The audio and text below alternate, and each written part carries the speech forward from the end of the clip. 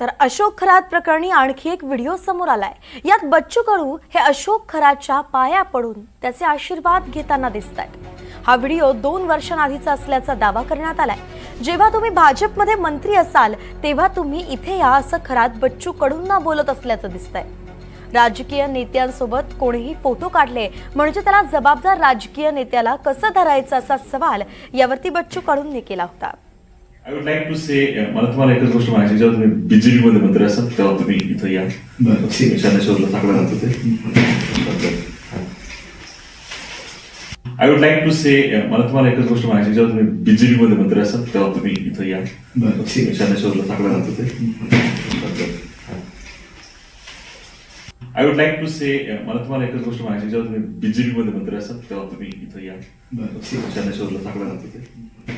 दरम्यान अर्धे तर राजकारणी भोंदू बाबाकडे जातात असं कालच बच्चू कडू म्हणाले होते आणि त्यानंतर आता आज त्यांचा खरात सोबतचा व्हिडिओ समोर आलेला आहे।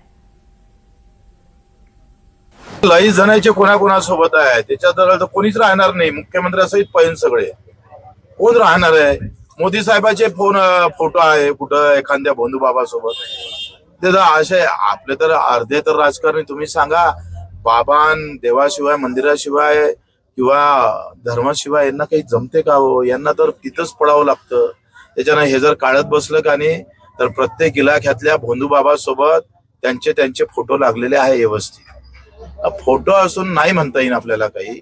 आता एखाद्यानं नेलं, आम्हाला कार्यकर्त्यांना नेलं आणि तिकडे काही त्या मंदिरात त्या बाबानं काही केलं तर त्याला आम्ही काय करणार आहे? दोषी आहे का? आता तुम्ही, मी मगा उदाहरण दिलं, तुमच्यासोबत फोटो काढला आणि तुम्ही तिकडे काय केलं तर मी दोषी आहे का?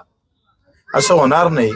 पण ही जी जमात वाढून राहिली ना भोंदू बाबाची, याला कारणे आपणच सगळे आहोत। दरम्यान खरातच्या संपर्कात आलेल्यांना सह आरोपी करा अशी मागणी खासदार संजय राऊतांनी केली आहे। तर दुसरीकडे अशोक खरात प्रकरणी मुख्यमंत्र्यांनी जी कारवाई केली त्याचं कौतुक करते अशी प्रतिक्रिया सुद्धा सुप्रिया सुळेंनी दिली आहे।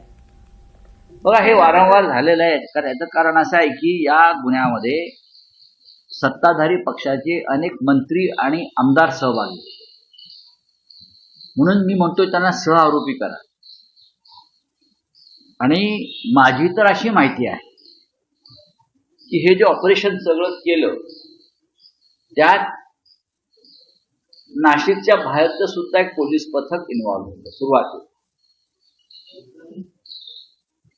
नाशिकच्या बाहेरचं एक पोलीस पथक ज्यामध्ये काम करत होतं आणि ते अत्यंत गुप्ततेनेही कारवाई झाली। हे फक्त मुख्यमंत्री त्याच्यामध्ये मॉनिटरिंग करत होते, बाकी कोण, आणि नाशिकचे पोलीस आहेत।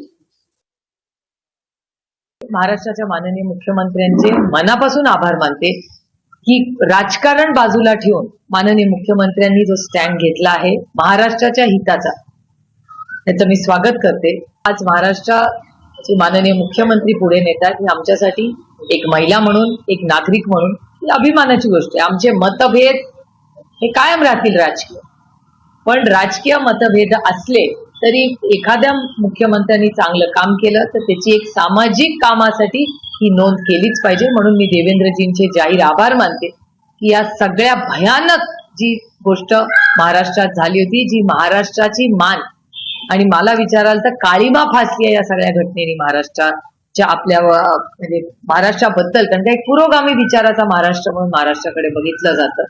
आणि आज दिल्लीमध्ये पार्लमेंटमध्ये जो खासदार मला देशातून भेटलाय त्यांनी एकच प्रश्न मला विचारलाय की तुम्हारे महाराष्ट्र में सुप्रिया क्या हो रहा है, ये कैसे हो रहा है, कौन है ये आदमी?